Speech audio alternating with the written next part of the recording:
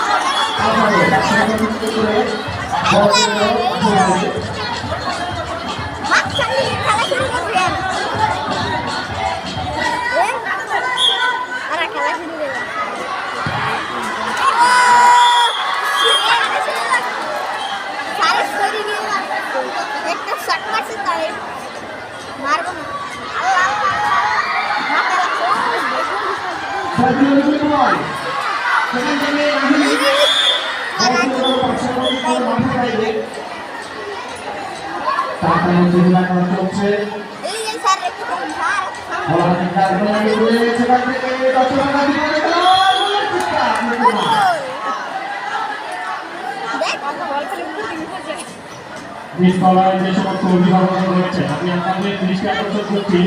যে কোনো সময় কোনো আঘাত করতে পারে আপনারা সতর্ক থাকবে আপনাদেরকে অনুরোধ করছি পুরুষ অভিভাবক যারা রয়েছেন আপনারা দোতলায় চলে যাবে এবং মহিলা অভিভাবক যারা রয়েছেন আপনারা